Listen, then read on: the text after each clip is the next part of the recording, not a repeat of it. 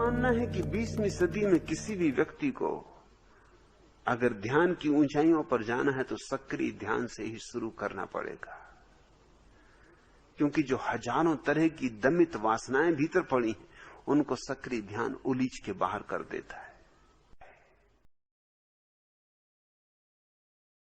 तुम सक्रिय ध्यान करते हो, श्वास के द्वारा तुम शरीर की ऊर्जा को जगाते हो। श्वास के आघात प्रत्याघात से तुम शरीर में पड़े हुए ऊर्जा की परतों को सक्रिय करते हो। श्वास के आंदोलन से तुम्हारे शरीर में जो जड़ता छा गई और शक्ति के प्रवाह अवरुद्ध हो गए, उनको तुम तोड़ते हो अवरोधों, ताकि तुम्हारा पूरा शरीर ऊर्जा की एक ज्वलंत लपट बन जाए।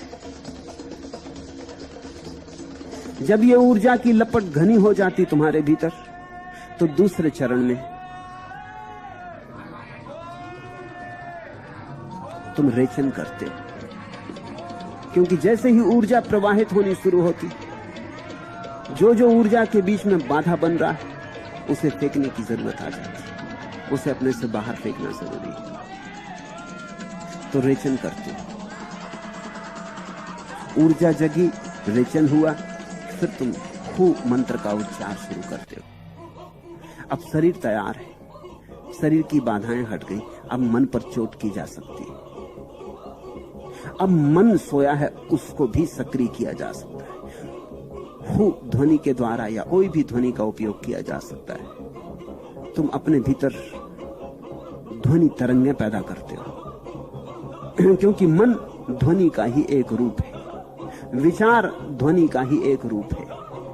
ध्वनि की तरंगों से तुम विचारों को फेंकते हो, मन को सक्रिय करते हो। फिर चौथे चरण में तुम शांत मूर्तिवत खड़े रह जाते हो। 3 चरण केवल तैयारी थे, चौथे चरण में तुम साक्षी मात्र रह जाते हो।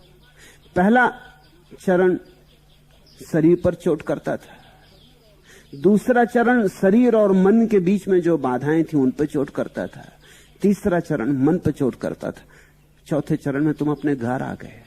सिर्फ आत्मा है, सिर्फ बोध है, सिर्फ साक्षी हो।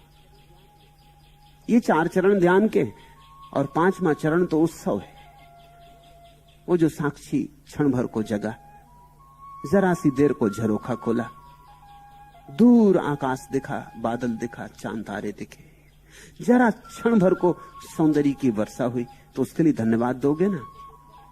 तो 5वां चरण तो कोई चरण नहीं है, केवल धन्यवाद है, केवल अनुग्रह का भाव है, अभिनंदन है कि हे प्रभु तेरी कृपा अपार है।